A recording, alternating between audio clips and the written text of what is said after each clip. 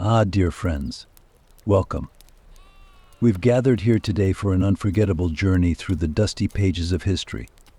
Today I'll take you into the world of William, once a fearless and ambitious leader of Europe, a warrior spirit, and a conqueror. William, some call him William the Conqueror.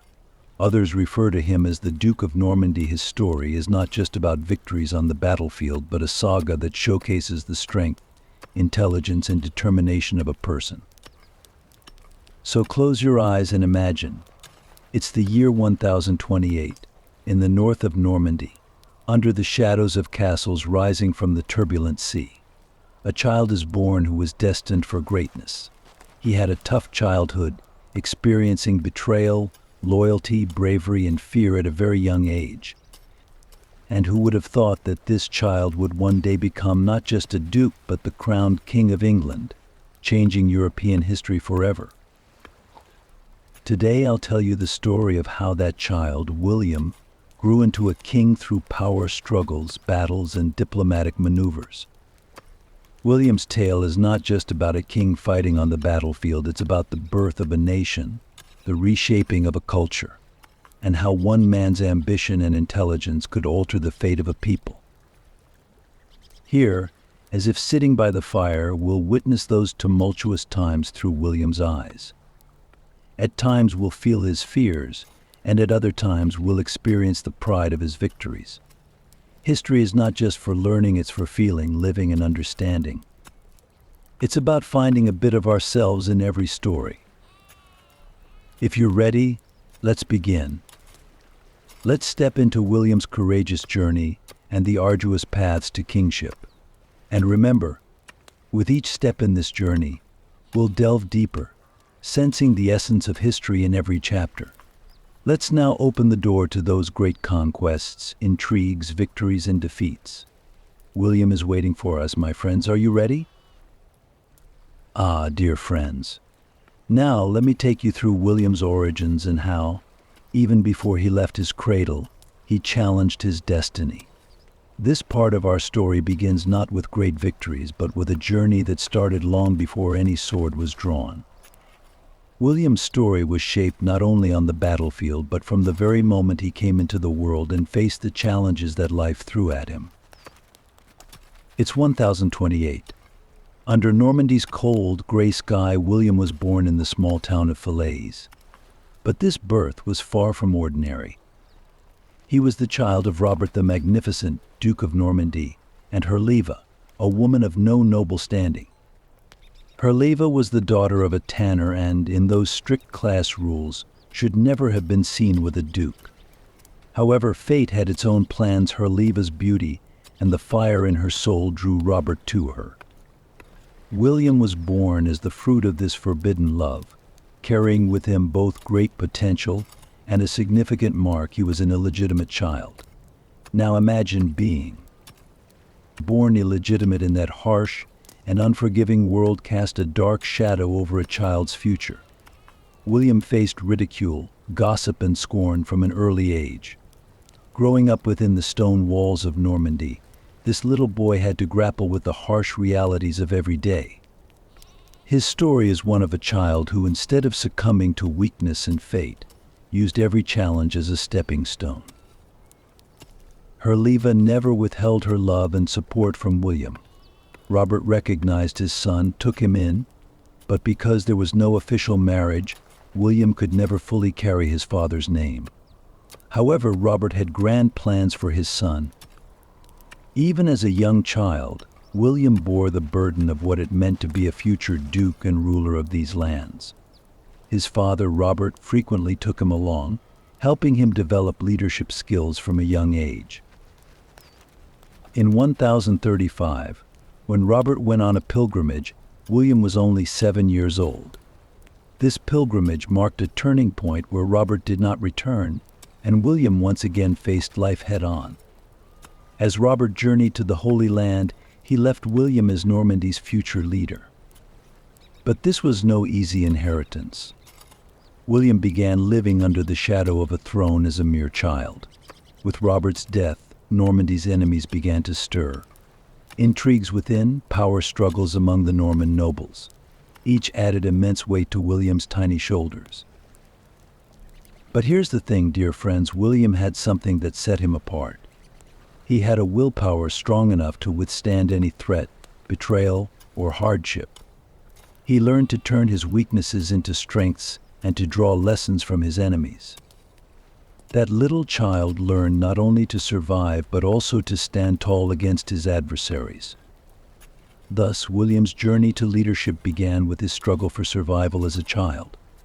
These early experiences would become his greatest weapons in future battles and diplomatic maneuvers. As I recount this story, I can almost see the stone streets of Falaise, the castle walls, and the determined eyes of that little child. Even then, William had a spark that indicated he was destined for great things. That spark became a beacon of hope that he chased throughout his life. I'll tell you how he grew up, stumbling and fighting. Because this story is not just about a child, but about the rise of a man who would become an emperor. If you're ready, let's embark on the journey of William's growth and the long, arduous path that made him William the Conqueror. With every step on this journey, you'll feel the texture of history and the scent of those years. Let's continue our story and see how William began to transform into a legend from the very start. Oh, dear friends. As we dive deeper into William's story, we'll see that he was not just an ordinary leader, but truly a warrior at heart. Now, let's talk about how William became the Duke of Normandy. This journey began when he was just a child, involved great costs, and was filled with struggles at every turn. Let's explore how William took on the heavy burden of being a duke at such a young age and transformed that burden into legend. Robert the Magnificent, William's father, left Normandy in 1035 for a holy pilgrimage. This journey would be his last. As he traveled to the Holy Lands, he left behind a legacy, the Duchy of Normandy, that turned into a game of thrones played with the threads of fate. Robert's death was a turning point for William, who was only 7 years old and not fully ready for the harshness of life. But fate had already placed its heavy load on him, without waiting or showing any mercy. Imagine a powerful and dangerous region like Normandy now in the hands of a small child. This situation was an opportunity for many. The Norman nobles began competing with each other for power with the vacancy of the throne. William found himself in the midst of this power struggle as a young boy. This period was filled with internal betrayals and external threats. There was a new plot at every street corner, and a new conspiracy whispered in every room. William's youth was spent in a world where trust was a fragile illusion. Immediately after Robert's death, William was declared the new Duke of Normandy. But this declaration was just a name. In reality, since William was still a child, he had to live almost like a shadow, surrounded by a few loyal protectors, to maintain his throne. The echoing footsteps in the palace corridors were signs of his still developing power. How would the lands under William's protection shape up in the hands of a child? His rivals, always ready to kill him, were waiting for the slightest mistake from the young duke. Of course, William had loyal protectors and supporters, but even their loyalty was as uncertain as it was constant. The young duke's life was constantly under threat. Once, during a midnight uprising in the palace, assassins entered his room while he was asleep. He barely escaped this assassination attempt at the last moment. A trusted servant woke him up, helping him escape through dark corridors to save his life. This incident alone showed how William struggled to survive and the constant threats he faced every day. Every rebellion and conspiracy made William stronger and more ruthless. He turned his weakness into victory at every opportunity. The rivalries among the nobles became opportunities for William to strengthen his position as a young duke. William knew that every enemy actually taught him something new. Every traitor sharpened his strategic skills, and every danger made him a more determined and fearless leader. One of William's biggest challenges was the constant uprisings from the nobles. There were forces united against him in every corner of Normandy. On one side were his own nobles, and on the other side were external powers. Each was looking for a chance to divide Normandy and further their own interests. When William ascended the throne, he wasn't just playing chess with his enemies, but also with his allies. He had to devise strategies to make the right moves in this chess game. This strategic ability would become the foundation of his future successes. Even at a young age, William learned diplomacy, warfare, and leadership. He lost sometimes, won sometimes, but he never gave up. Because he was not just a duke, but a master of survival. He carefully planned each step, trying to anticipate his enemies' moves. William's process of becoming a duke was a fight not just for the throne, but for survival. Every move by his enemies became an opportunity for him to grow stronger. And so William, at a young age, became not only the ruler of Normandy, but also the master of his own fate.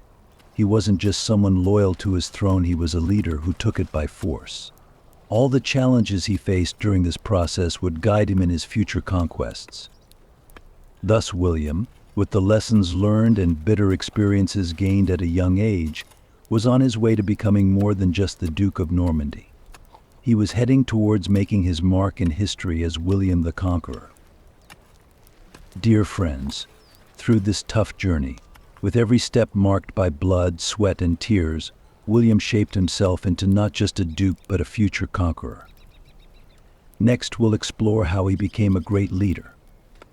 In the following step, we'll discuss how William solidified his power in Normandy and dealt with other forces in France. But remember, this story isn't over yet. William's path is long and filled with victories. Ah, dear friends, William's story continues with all its excitement. This young duke was fighting new battles every day to protect his father's legacy and establish solid power in Normandy. Although many saw William's rise to the dukedom after his father's death as a trivial matter, his determination and intelligence helped him claim the title. However, solidifying his power wasn't just about holding the title, especially not in a complex and politically charged land like Normandy. For William, the real struggle was just beginning. Normandy was like a cauldron boiling with multiple rebellions and betrayals. William's youth gave many of his rivals courage. The nobles saw the young duke as an opportunity and began to raise the banner of rebellion one by one. The forces standing against William were rooted in every corner of Normandy. Some joined the rebellions for their own gain, while others just wanted a taste of power. As William found himself amidst these treacherous plans, the face of the innocent child was left behind, and a tough leader began to emerge. The first major rebellion erupted when one of the nobles questioned William's authority. At the time, young and inexperienced William struggled to understand the scale of the rebellion, while his enemies tried to exploit his weaknesses. But William's greatest advantage as a duke was his refusal to underestimate any battle and his view of every struggle as a fight to the death. To suppress these rebellions, William gathered his loyal followers and addressed them, "These lands are my father's legacy to me. I will not surrender them to anyone." These words were the spark that ignited his leadership fire. Suppressing the first wave of rebellion was not easy for William. His enemies seized every opportunity to weaken and corner him. Palace intrigues, disloyal lords, lurking assassins. But William had a fire in his heart, a desire to protect Normandy and uphold his father's legacy. To quell these rebellions, he relied not only on his sword, but also on his intelligence and diplomatic skills. Instead of fighting his enemies directly, William first analyzed the powers behind them and worked to divide those powers. He always understood his enemies, found their weak points, and turned those points to his advantage. At one point, during one of the most challenging rebellions he faced, William managed to win over one of the rebel leaders. When this leader saw William's courage and determination, his respect for William grew, and he eventually became a loyal ally. William's ability to turn his enemies into allies was one of his greatest strategic victories. Imagine a leader fighting in the front lines of an enemy army suddenly joining William's side. These moves had a significant psychological and strategic impact on William's enemies. William fought not only on the battlefield but also in the corridors of the palace. Every day he made plans with his loyal followers and sent scouts to detect betrayals in advance. He dealt with not just physical battles but also mental ones. To suppress the rebellions erupting in every corner of Normandy, he developed different tactics each time. On one occasion, he launched a surprise attack by storming a rebel leader's camp in the middle of the night. This surprise attack demoralized the rebels and threw them into chaos. William gradually strengthened his authority over Normandy by confusing his enemies and making unexpected moves. He wasn't alone in these struggles. William constantly emphasized the importance of gaining loyal allies. One of his most loyal supporters was a man named Ralph de Gace. Ralph stood by William from the first challenges he faced at a young age. Ralph's loyalty and commitment provided William with significant advantages in both battlefield and palace intrigues. Ralph helped William not just as a warrior but also as a leader. Thanks to loyal allies like Ralph, William brought stability to Normandy. Over time, William became not just a duke who suppressed rebellions but the true ruler of Normandy. People now knew that they were dealing with a powerful duke, not a young child. William gained not only his throne but also the trust of the people as he quelled the rebellions. Under his leadership, the people of Normandy felt safe and believed in William's justice and strength. William consolidated his power by not only defeating his enemies but also strengthening his allies. The rebellions were tests of his leadership, and William emerged stronger each time. Dear friends, this is how William grew from a young boy facing rebellions to a mature leader who became the true ruler of Normandy. These tough struggles shaped his character and leadership skills. With every victory he achieved while suppressing rebellions, William became tougher and proved that no enemy could bring him down. He was no longer just a duke but a future conqueror and a trusted leader of his people. But remember, William's story doesn't end here. These rebellions were just the beginning. There were bigger goals and greater victories ahead for him. The experiences he gained in Normandy would form the foundation for the victories he would achieve in the future. And William's path would continue to write this tale of success.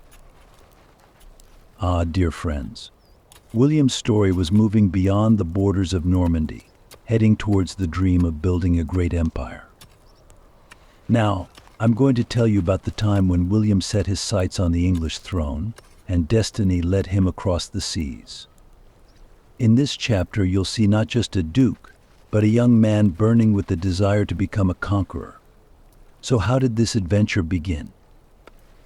Gather around the fire, and let's dive into the most crucial part of the story.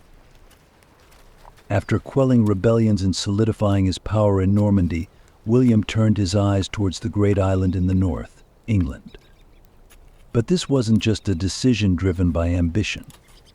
William's interest in this great kingdom was more than just a childhood dream. It was a real claim to a throne he believed he had a right to. There was a long-standing connection between William and King Edward the Confessor of England. Edward was a close friend of William's father, Robert, and had even spent time in exile in Normandy. This close relationship had given William great hope for the English throne. Edward the Confessor had no children, and so he was looking for a suitable heir for the English throne. To Edward, William wasn't just a powerful duke, he was also a legitimate claimant to the throne. Edward had promised William years ago that one day the throne would be his. This promise not only fueled William's dreams but also shaped his plans for England. Having secured his own lands and gained loyal allies, William now set his sights on an even greater prize. However, my friends, things don't always go as smoothly as imagined. As William claimed his right to the English throne, he faced one of England's most powerful men, Harold Godwinson. Harold was one of Edward the Confessor's closest advisors and one of England's most powerful lords. Harold's family was deeply entrenched in England's politics, with significant influence. And here William's greatest rival emerged. Harold had taken the throne after Edward's death, putting William's dreams in jeopardy. William's inner fire was ignited further. Harold, who had his eyes on the English throne, became the biggest obstacle for William. Harold's ascension to the throne was the most tangible form of betrayal for William. William thought that Edward's promise to him had not been honored, and that Harold had unfairly seized the throne. Harold's rise was even announced with the ringing of bells along the shores of Normandy. As William's anger grew, his desire for revenge was also stirred. But this wasn't just a matter of anger, dear friends, it was a matter of a promise, an agreement, and an inheritance. William decided to take action against this injustice. But William wasn't just someone who relied on his sword, he was a leader who knew how to use his intelligence and strategic genius. First, he attempted diplomatic routes to confront Harold. He wanted to make the whole of Europe aware of Harold's injustice. He sent letters to the Pope stating that Harold had not kept his oath. Harold had once sworn loyalty to William, and now William was reminding him of that oath. William received a letter of support from the Pope, which became a key move for his campaign in England. Now, this wasn't just a dispute between a Norman duke and an English king, it could also be seen as a sacred mission. The Pope's support gave William great legitimacy and boosted his army's morale. As William strengthened his claim to the throne, preparations in Normandy also picked up pace. Ships were being built, soldiers were gathered, and preparations for a major campaign were underway. This wasn't just a simple conquest, it was almost like a sacred mission. William reminded his soldiers of the promise Edward had made to him at every opportunity. This is not just my battle, but all of ours. We will take our rightful place in England, he would say to motivate them. William's determination had also spread to every soldier in his army. They were going on this campaign not just for spoils, but to fulfill a promise. Of course, dear friends, Harold wasn't sitting idly by. Aware of William's plans, Harold set up defensive positions along the English coast and prepared his army for battle. Harold didn't think that William could manage to cross the sea and take England. But Harold forgot one thing: William was not a competitor to be underestimated. He was a leader shaped by struggles, rebellions, and betrayals from a young age. And for every move Harold made to protect his throne, William had cunning plans in response. William's eyes were not only on the throne but also on England's rich lands, magnificent palaces, strategic ports, and the loyalty of its people. He was burning with the desire to not just conquer England, but to build an empire. And this would be his greatest adventure. William wanted to be remembered as one of history's greatest conquerors, uniting both Normandy and England.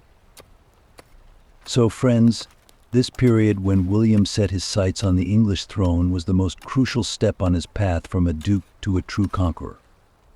All William had in mind now was one thing: to reclaim his throne and his rights. And for this, no obstacle, no enemy would stop him. William's story was just beginning. The journey toward a great war and victory had now become his destiny. I'll tell you the rest of this story, William's bold moves, and his great clash with Harold. Get ready, because this epic tale is about to make a bigger impact. Ah, dear friends, the grand adventure that began when William set his sights on England was about to turn into a full-blown storm. In this struggle for the throne, William would not only showcase his sword, but also his genius, patience, and determination. Let's now dive into how William prepared for the challenging journey from Normandy to the shores of England. When William decided to fight for the English throne, he knew exactly what he was up against. This wasn't just an overseas campaign, it was a major strategic battle. Because, dear friends, an invasion of England wasn't just a simple conquest, it required a massive logistical feat. Back then, ships were delicate instruments. at the mercy of the wind, constantly feeling the vastness of the sea. William didn't just gather soldiers, he also commissioned the construction of ships fit for this grand expedition. As Normandy's shipyards filled with tirelessly working laborers, William personally oversaw the construction of each vessel. The ships needed to be sturdy, spacious, and strong enough to carry troops, as this voyage was a dangerous journey across the ocean. William posted announcements all over Normandy, looking for brave hearts to join the English campaign. Some joined in pursuit of a dream, others for wealth and glory. Knights, mercenaries, farmers, and even nobles came forward to be part of William's army. Each of them was eager to be a part of a victory under William's leadership. For them, this campaign was not just a battle, it was a journey where William would fulfill his destiny. William knew exactly how to motivate them. In his speeches to the army, he always spoke words of encouragement, making them feel like they were part of a great historical moment. He kept their belief alive, saying, "We will be the heroes of history." As William's army gathered, preparations accelerated. It wasn't just soldiers and ships he needed, a logistical support capable of keeping up with this grand campaign was also essential. Granaries in Normandy were stocked, weapons were readied, armor was polished, and arrows, swords, and spears were packed in large crates, waiting for the expedition. William didn't overlook any detail while planning all this. He made sure every member of his army had enough supplies, because soldiers heading into battle shouldn't go hungry. William knew that the path to victory didn't go through a starving army. The ships were prepared to carry not only soldiers but also food, drink, and all necessary supplies for war. Of course, one of William's biggest preparations was the alliances he forged. He gathered loyal knights and mercenaries from all over Europe. Many warriors flocked to Normandy to share in William's victory. This wasn't just a conquest, it had turned into a sort of crusade. William promised each ally specific lands and rewards. He made them dream of the riches of England. Because, dear friends, a leader's greatest power is an army that believes in him. William had no hesitation in making promises to win the loyalty of his soldiers and allies. One of the biggest preparations William made for conquering England was preparing his army mentally for battle. He constantly reminded his warriors that England was their rightful place. The rich lands, magnificent castles, and grand cities of England would all belong to William's men. Each soldier would be remembered as a hero at the end of this campaign. This motivation kept the morale of the army high. The soldiers saw the fire in William's eyes for them. William wasn't just a duke, but a hero. And under his leadership, they would march fearlessly into the heart of England. When the shipbuilding was completed, the shores of Normandy were home to a massive fleet. Hundreds of ships stood ready for the great expedition to England. Each ship was equipped to handle brave soldiers, armor, shields, and all the challenges of war. As William looked one last time at his army on the shores of Normandy, he knew he had entered a point of no return. He saw the same determination and drive in the eyes of every soldier. This campaign would not only shape William's destiny, but also that of every soldier with him. William's preparations were also making waves in England. Harold was on edge with news of Normandy's mobilization. The word spread throughout England about the immense power William was gathering. Harold readied his army to defend himself, setting up sentries along the coast, soldiers in towers, and defensive lines at strategic points. But what Harold didn't know was that William's determination was greater than the number of ships and soldiers. William wasn't just coming to conquer, he was coming to claim what he believed was his. And that was the greatest force that made him unstoppable. Now, dear friends, William and his army were ready to set sail. On a night when the wind was favorable, William and his troops boarded the ships. With rising sounds, lit torches, and ships being lowered into the water, William's great expedition began.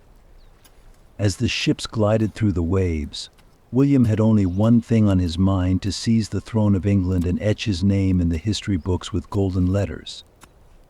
This campaign would be one of the greatest conquests in history, and William was the main hero of this saga. When they reached the shores of England, William and his army were fully prepared for battle. On the misty morning in England, William's flag rising from the sea echoed through the heart of England. William's great dream was now one step closer to reality. Dear friends, this story doesn't end here, because the great battle where William would confront Harold and change the course of history was about to begin. And that moment would be when William's name became an unforgettable legend. Get ready, because the bells of the great battle are about to ring. Dear friends, we're about to dive into a moment etched in history books with golden letters, a real epic tale. Let's take a closer look at the exciting and bloody details of the Battle of Hastings, where William set foot on English soil. This isn't just a battle, it's the very struggle that determined William's claim to the throne and the fate of England. In October 1066, when the warriors from Normandy landed on the shores of England, they knew they weren't just crossing seas but changing the course of history. William and his army disembarked onto English land, setting their sights on the heart of England.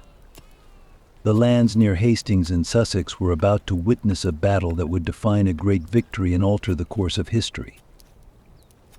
William's army was ready to showcase all the experience and preparation they had brought from Normandy. There was only one thing left to face Harold Godwinson and his brave defense. After his victory at Stamford Bridge against the Vikings, Harold now had to deal with William's invading Norman forces. The two armies were set to clash in this pivotal battle. After gathering his troops, William's first order of business was to set up a solid camp on this English coastline. He focused on keeping the morale high among himself, his soldiers, and his allies before moving on to the next step. The camp was overflowing with supplies and ammunition from Normandy. Here he emphasized to his soldiers how crucial victory was. Each one was ready to step into England's sovereignty. William's military strategies were ahead of their time. One of his key advantages in the Battle of Hastings was his effective battle formation and strategic maneuvers. William used the strengths of his army to target Harold's weaknesses. Before the battle began, one of William's clever plans was to show the enemy the size and power of his forces. He then adopted a strategic approach, launching a subtle psychological warfare against the English. When Harold Godwinson realized the seriousness of the Norman invasion, he quickly prepared to respond. The English army he assembled in no time was ready for battle. The local English fighters, especially in the coastal regions, had strengthened their defenses against the Norman attack. Harold's army was scattered, which increased William's strategic advantage. In the early hours of the battle, intense clashes broke out between the two armies. Norman archers rained arrows and spears on the English, while Norman cavalry moved to break through the English defenses. William was skilled at directing his troops and making strategic moves. Under his and his officers' leadership, the Normans effectively engaged on the battlefield.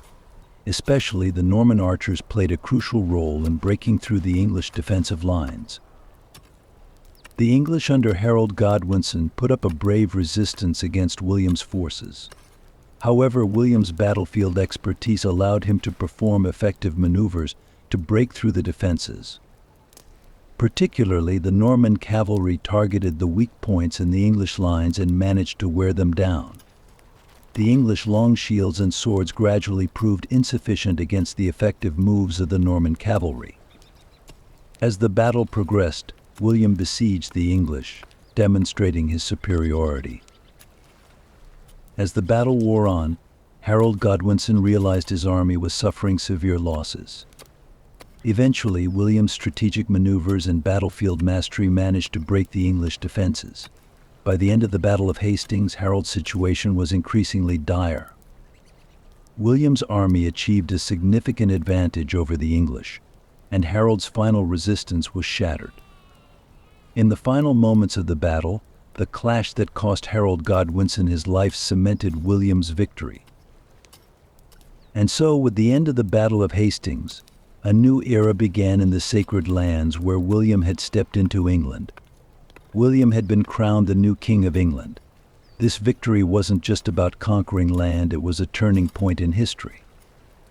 William conquered England with all the wealth he brought from Normandy and the superior strategy he demonstrated in battle. William's victory changed the course of England's fate and made him one of history's greatest rulers. This victory also opened the doors to a new era in England's history. William's name has been remembered as one of England's unforgettable heroes from those days to this day. Boo, and so, dear friends, we've wrapped up the epic tale of William's great expedition to England and the Battle of Hastings, filled with detailed moments. William's determination, strategy, and leadership have earned their place in history books, and this great battle was a turning point that changed the course of history. This is not just the story of a battle, but also a story of a leader's resolve and how the fate of a nation was changed. Dear friends, we're about to embark on a journey to a captivating turning point in history, William's crowning as king and his first steps in England.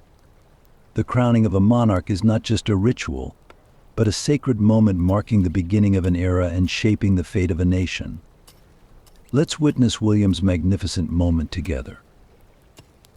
Just weeks after the stunning victory at the Battle of Hastings, William and the victorious Norman army set out for London, the heart of England.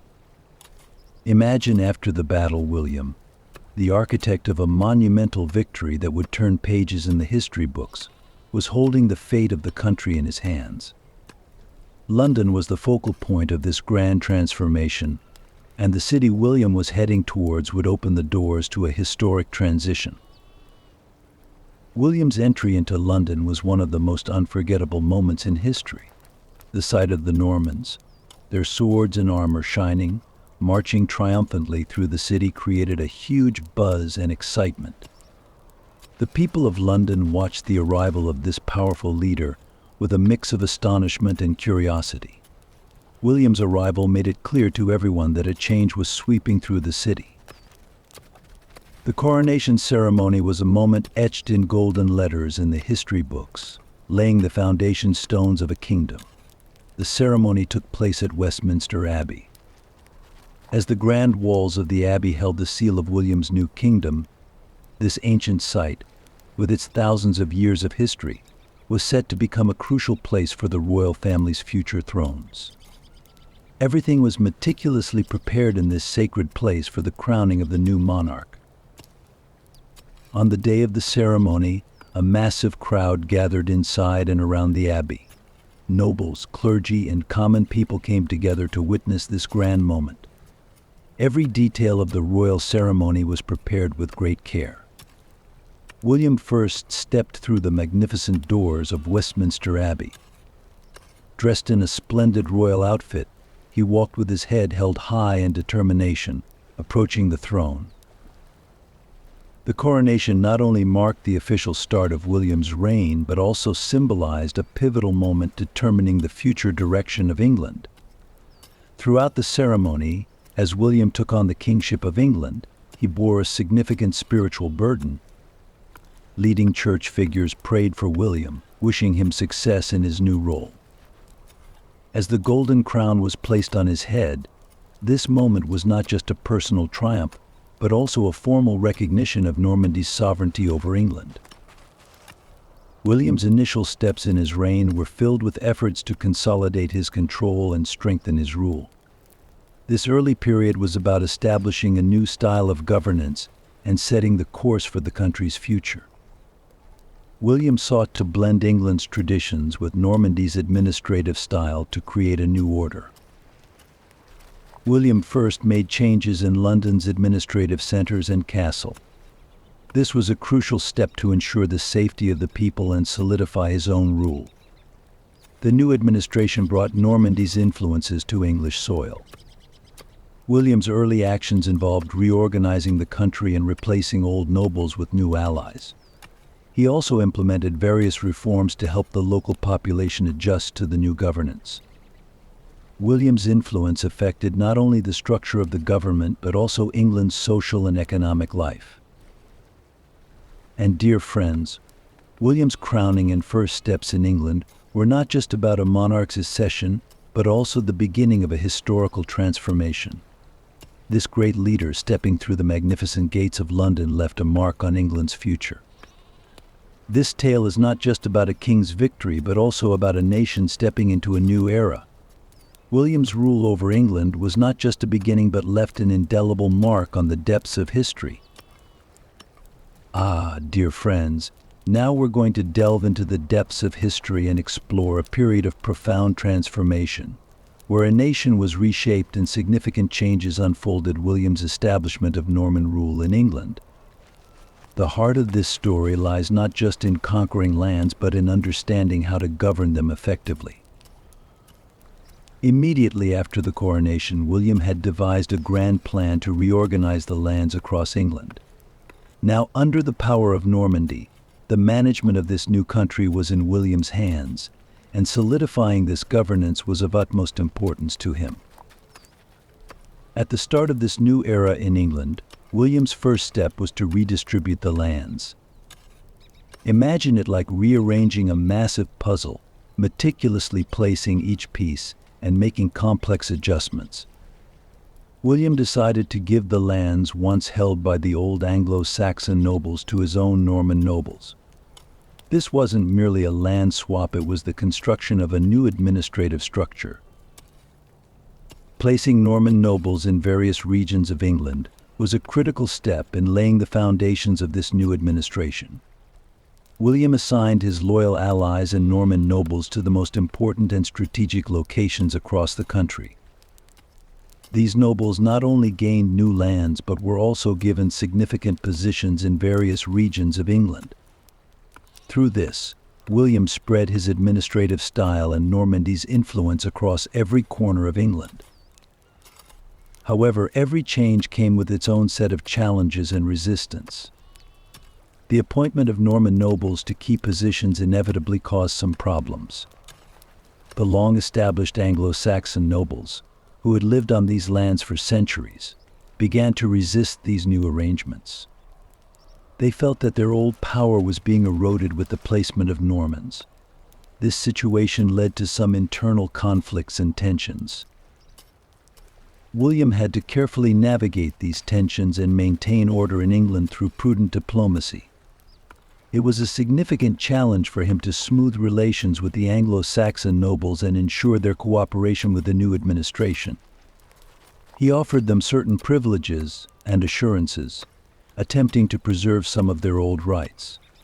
This was a strategic move to both retain elements of the old order and gain acceptance for the new governance.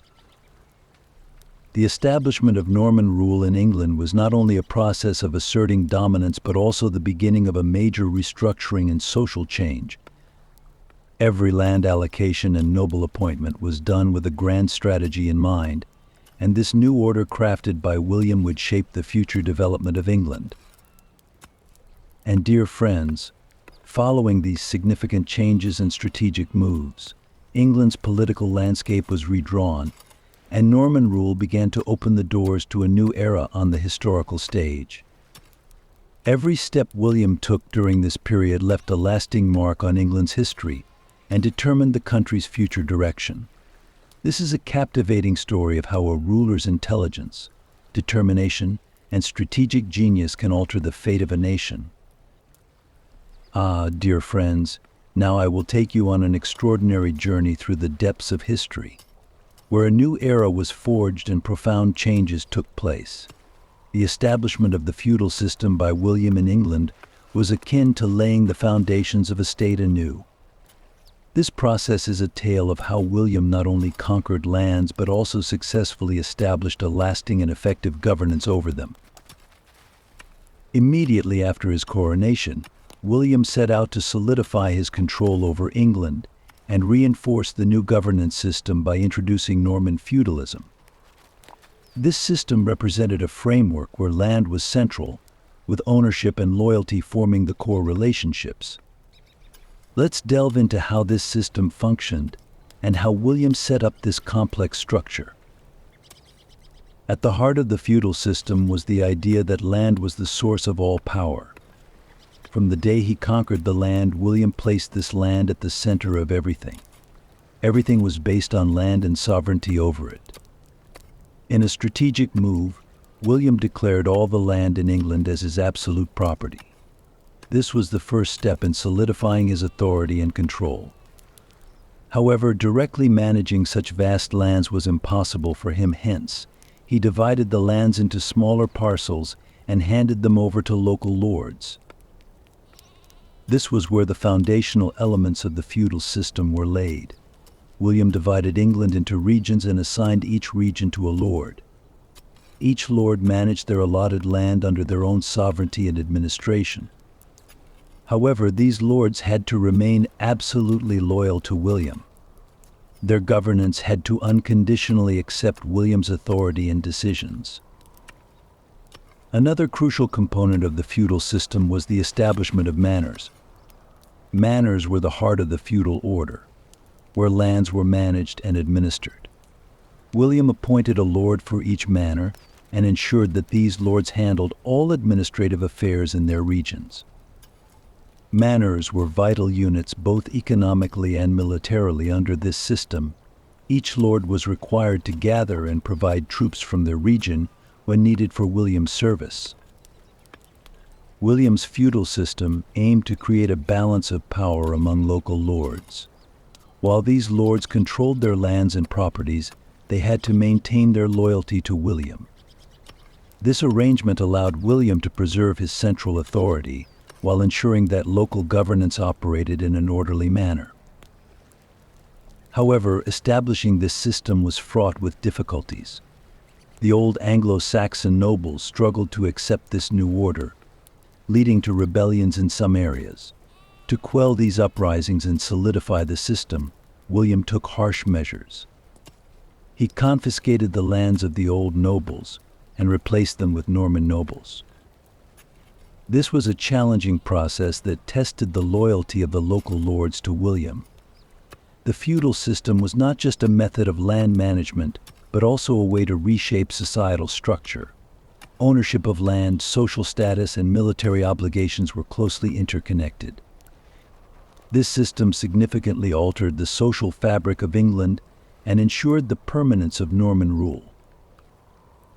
The establishment of the feudal system in England was a transformative event that changed the course of history and profoundly reorganized England's social and political structure. Every step, every appointment of local lords was part of this grand transformation and shaped England's future development. This system reflected William's vision and strategic brilliance. And so, dear friends, with the foundations of the feudal system laid, the doors to a new era in England were opened wide. My dear friends, let's now focus on one of the darkest and harshest moments in history: William's struggle with the uprisings in England. The rebellions in northern England and William's methods for crushing these revolts left a deep mark on history and changed the fate of the local people. This period was not just about military victories, but also a time when a system of governance was brutally tested and the region was reshaped. After conquering England, William managed to bring some peace to the country, but northern England struggled to accept this new order. Resistance against Norman rule was especially strong in the Anglo-Saxon lands in the north. This resistance stemmed from the deep anger of the region's powerful local lords and its people towards Norman dominance. However, William knew that suppressing these uprisings was not just a military task, but also a matter of governance. The revolts in northern England spread and grew like wildfire. The resistance came from both local lords and independent peasants. These uprisings were not only challenging William's authority, but were also seen as a direct challenge to his government and system. William thought that if these resistances were not crushed, they could undermine his authority and plunge the region into chaos. Therefore, putting down these uprisings was critically important to him. William's approach to this struggle was ruthless and effective. The policy he applied to suppress the revolts in northern England is known as the harrying of the north. This term literally means laying waste to a place and breaking all forms of resistance. To execute this strategy, William sent a massive military force to the region. Forests, villages, and towns were burned, lands were devastated, and people were displaced. Imagine William's army descending like a nightmare on northern England. Every village, every town faced the brutality of Norman soldiers. Farmland was destroyed, animals were killed, and the local people were left out in the open without food. William's actions can be seen as a form of collective punishment aimed at completely reshaping the region. The goal of these policies was to punish the rebellious area, and also to serve as a warning to other regions to prevent resistance. The effects of the harrying of the North deeply altered the social and economic structure of the region. What was once a vibrant and prosperous land turned into a desolate wasteland. People were either forcibly relocated to other areas or completely wiped out. Northern England was left scarred by war and death, ready to be rebuilt under William's control. However, this ruthless strategy only achieved short-term success. While it broke the resistance in northern England, it also created deep resentment and hostility towards William's government. Rebuilding the region took many years, during which the people struggled to return to their old lands and way of life. William's fight against the uprisings in northern England was a reflection of his strategic and military brilliance, but it also showed how these policies had brutally destructive effects that would be recorded in the dark pages of history.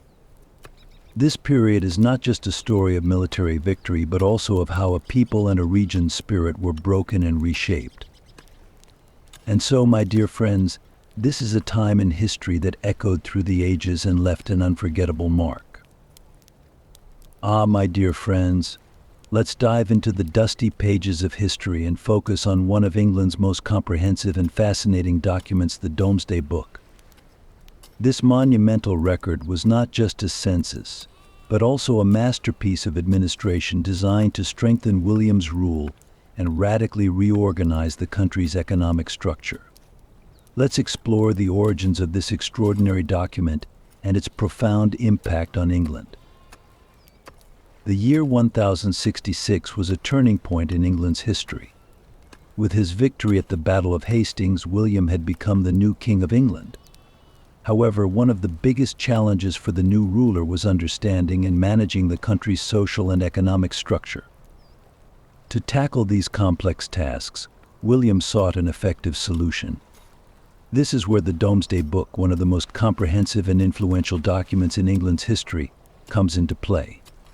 The Domesday Book was essentially a kind of census and land survey. William had every corner of his kingdom's lands, properties, and population meticulously recorded to create this massive document. But this was more than just a simple count. The book contained detailed and systematic information, laying the foundation for building the future of the state. William's decision to conduct this census was a strategic move designed to reinforce the effectiveness and power of his government. Every property, village, town, and even some private estates across the country was thoroughly recorded. During this process, all the lords and landowners in England had to clearly declare their holdings and lands. This detailed survey helped William understand his country's financial situation, military resources, and regional power dynamics. The significance of the Domesday Book was immense, not only for administrative and military strategies, but also for understanding England's social and economic structure. The book provided both William and future governments with detailed insights into land ownership, available resources, and the types of property relationships in different regions. It laid the groundwork not just for William's government, but for England's future. The Domesday Book also became a crucial tool for ensuring justice and collecting taxes. The book provided clear and precise information on tax collection and property ownership, allowing William to maintain justice and effectively manage tax regulations throughout the country. Additionally, this document clearly showcased the impact of Norman rule on England and how William reorganized the country. This comprehensive and detailed record has carried a wealth of information about England's history down to the present day. The Domesday Book is not just an administrative tool, but also a reflection of the social, economic, and political structure of medieval England. For historians and researchers, it provides a unique resource for understanding the societal and economic conditions of the time. My dear friends, the creation of the Domesday Book is a reflection of William's administrative approach and strategic brilliance. This monumental book shaped the fate of the country not only through military victories but also through meticulous governance. Every page reflects the history of an era and William's deep impact on England. And so this is a success story that echoes through the depths of history. Now we come to perhaps one of the most significant elements in England's history, the relationship with the church and religious reforms. The impact of this on William the Conqueror's government is undeniable. Let's dive into the depths of these relationships and reforms, which resonated through history almost like a divine intervention. When William the Conqueror ascended to the English throne in 1066, he began shaping the country's future, not only through military victories but also through his dealings with the church and religious matters. In medieval England, the church played a huge role in both societal and political life. It was not only a spiritual authority but also an important power that influenced worldly affairs. Therefore, William's relationship with the church was crucial in solidifying the foundations of his government. After the Norman conquest, William decided to reorganize the church structure in England. This move was not only religious but also political. The church was a major force in the eyes of the people, serving both as a spiritual leader and a political authority. Thus, controlling the church was vital for strengthening William's government. One of William's first actions was to appoint his loyal allies to the highest religious positions in England. Archbishops were the highest authorities in the church, and by placing his chosen individuals in these positions, William ensured their support for his government. For example, William initially appointed Lanfranc as the Archbishop of Canterbury. Lanfranc was a key figure in the Norman Church and had the ability to support William's political goals. He reorganized the church in England, reinforcing William's control and ensuring the church worked in harmony with the government. These religious reforms did more than just establish control over the church, they radically changed England's religious landscape. The church underwent significant transformation during the Norman period. Old Anglo-Saxon church structures and traditions were reorganized according to Norman practices. Norman-style churches were built, replacing the old Anglo-Saxon structures with new, grand Norman buildings. These reforms increased the church's power and strengthened the foundations of William's government and administration. William's relationship with the church not only provided religious control, but also reinforced his legitimacy and sovereignty in the eyes of the people. Since the church played a crucial role in the moral and spiritual life of the society, having it aligned with William's rule helped his government gain acceptance among the population.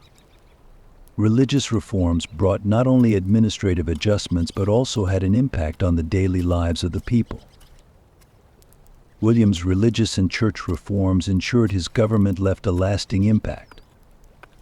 The church continued to exist as a spiritual force under William's rule, while also contributing to the functioning of the government. This close relationship with the church solidified the stability and power of William's government. The church-government relations of this period went beyond the political strategy, they left enduring marks on England's religious and cultural structure. William's influence over the church is considered a significant part of his sovereignty and historical legacy. The church became an integral part of the social and political structure of Norman England, playing a major role in the successful continuation of William's government.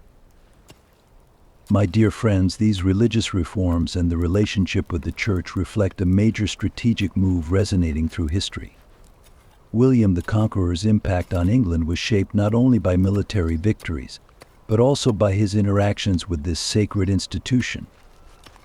Each step was a paving stone that determined the course of history in England's future. This is indeed a great success story echoing through the depths of history.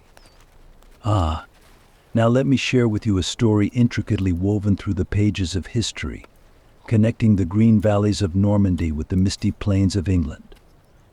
This section sheds light on how William the Conqueror strengthened the ties between two distinct kingdoms, revealing one of the most fascinating and complex processes in our history. Imagine this, dear friends. William was both the dynamic Duke of Normandy and the new King of England. Two separate territories, two different cultures, and two distinct systems of governance. Bringing these regions together was truly like weaving a tapestry. Every thread, every connection required great skill and attention. To understand how William strengthened the connections between these two kingdoms, we need to delve into both the strategic and personal aspects of this process. William's efforts to solidify the links between the Duchy of Normandy and the Kingdom of England were not limited to military conquests. It involved multifaceted steps to strengthen relations between the two regions. First and foremost, William began by consolidating his power in Normandy. Right after being crowned King of England, he demonstrated his authority in Normandy as well. By protecting his old friends and allies in Normandy, he further strengthened his control over the region. This was a crucial step for maintaining internal peace and efficiently managing affairs in England. One way to enhance the connection between England and Normandy was to develop trade and economic relations between the two regions. William aimed to boost the economic prosperity of both areas by linking England's natural resources with Normandy's maritime routes. Keeping trade routes open allowed both regions to thrive economically, reinforcing the stability of William's rule. For example, grain and textiles from England invigorated markets in Normandy, while luxury goods and handmade items came from Normandy to England. This flow of trade strengthened the economic ties between the two regions. Additionally, we must not overlook William's personal connections. Family ties played a crucial role in strengthening the bonds between these two regions. William established strong connections with established families in Normandy, assigning them important positions in England. At the same time, he worked to gain the support of Anglo-Saxon nobles in England through diplomatic relations. This helped strengthen the political links between the two regions. In his early years in England, William regularly met with his allies in Normandy, maintaining constant communication between the two regions. He sent regular ambassadors back and forth, which strengthened diplomatic relations. Coordination between the governments of Normandy and England ensured that the two territories were managed in harmony. William's efforts to unite the two regions included not only administrative and economic measures, but also a process of cultural integration. In England, changes were made in various areas, from architecture to art, to introduce Norman culture. Norman-style castles and churches were built, and Norman traditions and customs were applied in different English villages. This cultural integration further tightened the relations between the two regions and solidified William's sovereignty over both kingdoms.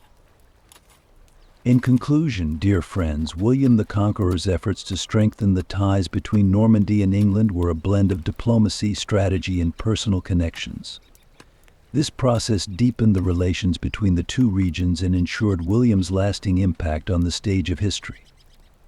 Each step was a historical tapestry requiring great skill and vision. The successful connections William established between these two kingdoms were a testament to strategic brilliance echoing through the depths of history. Dear friends, now I'll take you to the final chapters of William the Conqueror's life, where we witness the turbulent end of a kingdom and the memories buried in the dusty pages of history. William's last years symbolized not just the downfall of a ruler, but also the weakening of an empire once firmly established. This period presents a complex and tragic tale filled with internal conflicts and external challenges.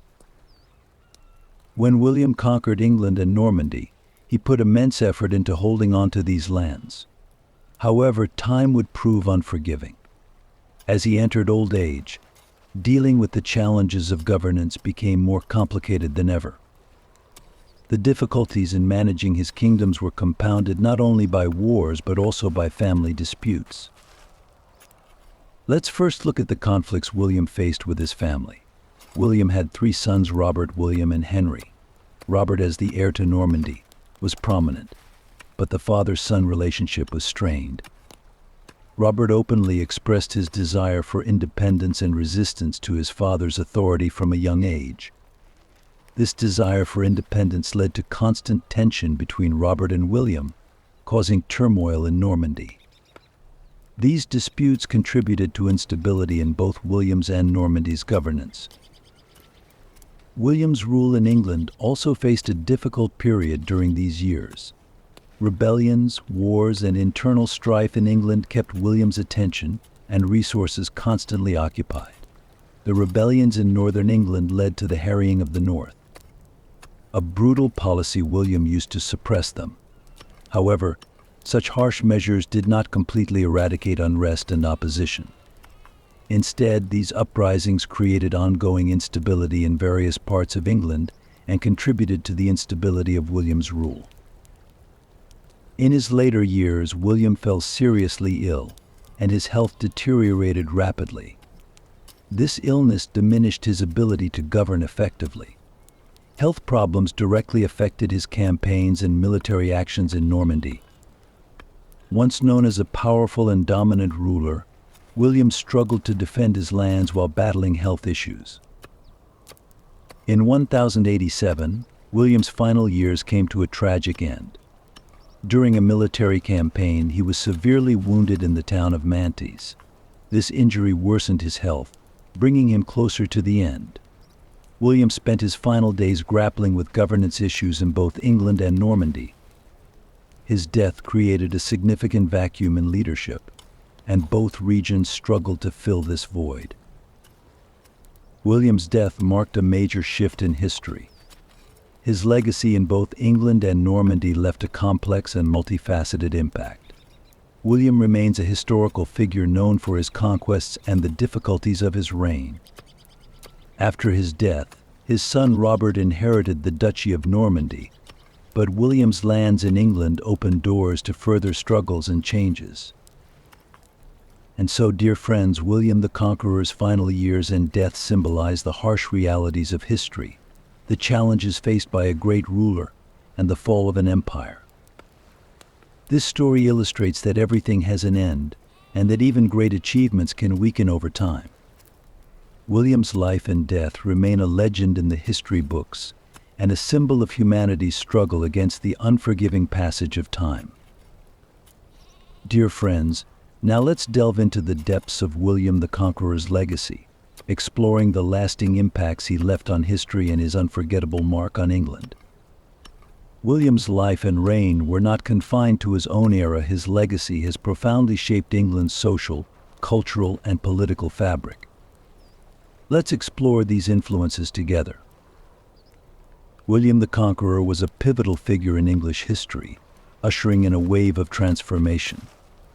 The Battle of Hastings in 1066 was not just a conflict but a turning point that redirected England's historical trajectory.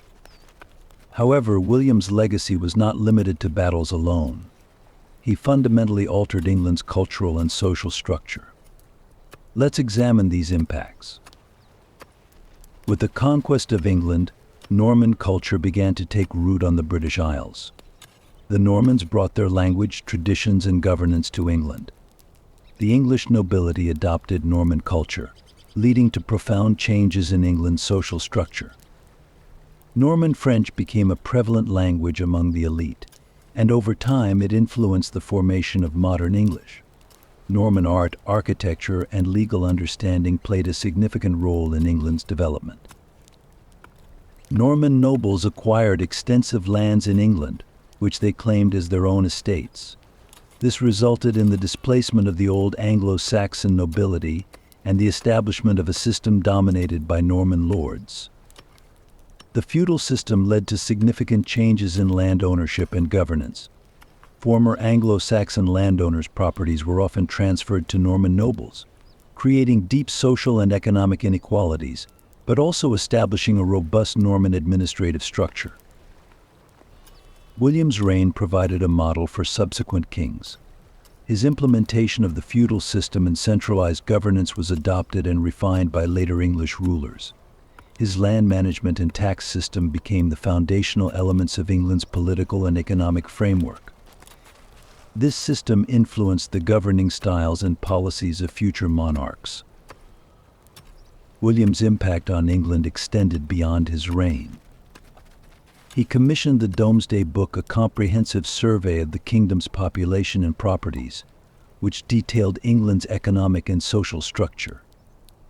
This record laid the groundwork for future administrative and tax policies.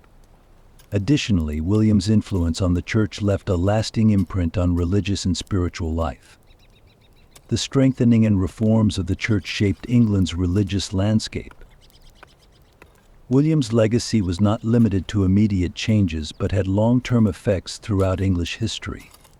His conquests increased cultural diversity in England and reshaped its political structure. Over time, Norman culture became integrated into England's historical and cultural identity. The changes experienced by England throughout the Middle Ages can be seen as a result of William's legacy. William the Conqueror is remembered as a great ruler, but his influence laid the groundwork for many significant events in English history. His path played a crucial role in England's development and the shaping of European history. William's legacy will remain a legend in history books, a lasting imprint of a great ruler in collective memory. This is the story of a figure who left a monumental impact on history, a story that history enthusiasts and scholars will always remember. Dear friends, now we're reaching the end of our journey through the legendary life of William the Conqueror. We've examined this great ruler's life, achievements, and lasting impact in detail. Now it's time to evaluate this historic figure one last time and reflect on what his legacy has offered us. Let's approach the end of this historical journey together and summarize our impressions of the final chapter of William's life. William is a legendary figure in history. He was not only a warrior but also a visionary and strategist. His great journey from Normandy to England showcased not only his military prowess but also his administrative skills. William's life, along with his successes and challenges, is a testament to how he changed the course of history. William's final years may have been filled with the struggles and conflicts of a ruler, but his legacy extends beyond all these challenges. When he died in 1087 from an accident in Normandy, he left behind not just a ruler, but a figure who had profoundly altered the history of England. His death highlighted how wide and deep his impact was. After William's death, England underwent significant political and cultural changes. The feudal system he established shaped the governing styles of subsequent kings and the social structure of England. William's policies played a crucial role in England's development, and his legacy has been evaluated many times throughout history. After William's death, England underwent significant political and cultural changes. The feudal system he established shaped the governing styles of subsequent kings and the social structure of England. William's policies played a crucial role in England's development, and his legacy has been evaluated many times throughout history. William's life and legacy offer us important lessons about what it means to be a great leader and ruler. He demonstrated the importance of overcoming challenges to achieve great goals and persistently pursuing one's vision. History is shaped by figures like him, and their life stories provide us with inspiration and learning opportunities. William the Conqueror's life will remain not only in history books, but also as a source of inspiration for all of us. He was a leader who, beyond wars and strategies, directed cultural and social changes. Learning about his life not only provides historical knowledge but also helps us understand the lessons his great legacy offers. Dear friends, we've come to the end of William the Conqueror's story. We've explored every stage of this great leader's life, his successes and his challenges. His life has left a significant legacy that penetrates the depths of history. As we reflect on this historical story, let's remember once more the inspiration and learning opportunities that William's life offers us. The story of this great historical figure not only teaches us about the past, but also provides hope and inspiration for the future. William the Conqueror's legacy has left an unforgettable mark on history, and these marks will always remain in the memories of history enthusiasts and scholars. It's been a great pleasure to share this fascinating story with you. History opens the doors to the past and sheds light on the future. The traces of William the Conqueror's legendary life will continue to live on in the depths of history. Farewell and best wishes for history-filled days ahead.